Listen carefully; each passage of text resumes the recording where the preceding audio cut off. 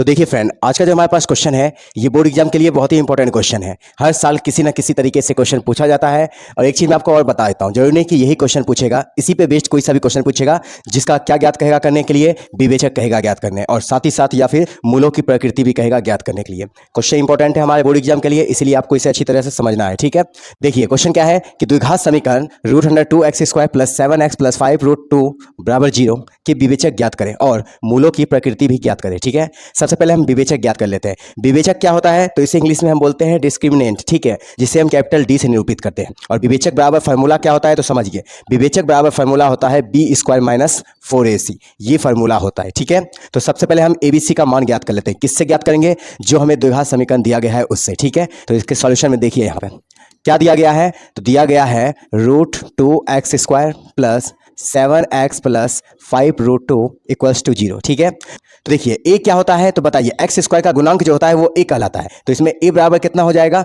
तो √2 हो जाएगा। ठीक है, फिर देखिए यहाँ पे b बराबर क्या हो जाएगा तो x का जो गुणांक होता है वो b कहलाता है, तो b का वैल्यू क्या हो जाएगा 7 हो जाएगा। ठीक है, और c जो होता है वो अकेला अचर पद जो होता है, यानी कि 5√2 जो हो जाएगा ये c का वैल्यू हो जाएगा। ठीक है, तो हमें निकालना क्या है, विवेचक निकालना है, यानी कि d का वैल्यू निकालना है। और d बराबर फार्मूला मैंने यहाँ पे लिख दिया है, क्या होता है b² - 4ac। ठीक है, b का वैल्यू देखिए कितना है 7 है, तो इसका स्क्वायर कर देंगे, b² - 4 × ac।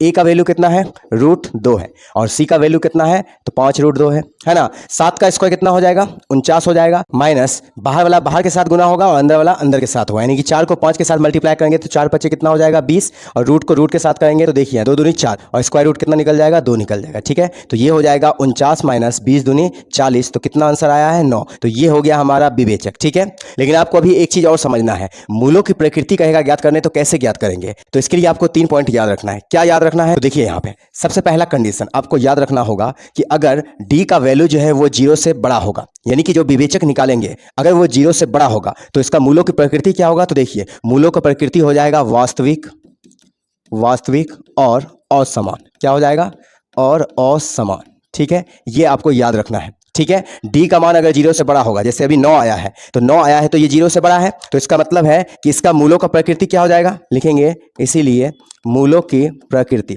इसका क्या हो जाएगा मूलों की प्रकृति, चूंकि 0 से बड़ा है d का मान, तो यहाँ पे लिखेंगे यहाँ d जो है वो 0 से बड़ा है, इसीलिए ये क्या हो जाएगा, इसका मान हो जाएगा वास्तविक तथा या फिर और असमान। ठीक है, क्या हो जाएगा वास्तविक और असमान। ठीक है, ये मूलों की प्रकृति हो गया। ठीक है, दूसरा देखिए यहाँ पे अगर d का मान जो होगा 0 के बराबर होगा तो मूलों की प्रकृति जो होगा वो हो जाएगा वास्तविक।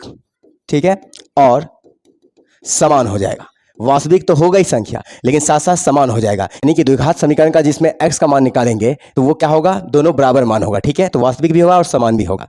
और तीसरा कंडीशन आपको याद रखना है, कंडीशन तीसरा क्या, अगर d का वैल्यू जो होगा वो 0 से छोटा होगा, ठीक है, तो उस कंडीशन में इसका कोई वास्तविक मान नहीं होगा, तो इसका कोई वास्तविक हल नहीं होगा, कोई वास्तविक हल नहीं होगा। तो ये 3 पॉइंट आपको याद रखना है। अभी d का मान 0 से बड़ा है, तो इसीलिए इसका जो मूलों की प्रकृति आया है वो वास्तविक और असमान आया है। असमान का मतलब x का मान जो निकलेगा इस द्विघात समीकरण में अलग अलग निकलेगा। ठीक है, तो आप देखिए अगर इस इक्वेशन की जगह कोई सा भी क्वेश्चन रहेगा और कहेगा उसका क्या ज्ञात करने के लिए, विवेचक और मूलों की प्रकृति, तो आप इसी तरह से फाइंड आउट कर सकते हैं। ठीक है।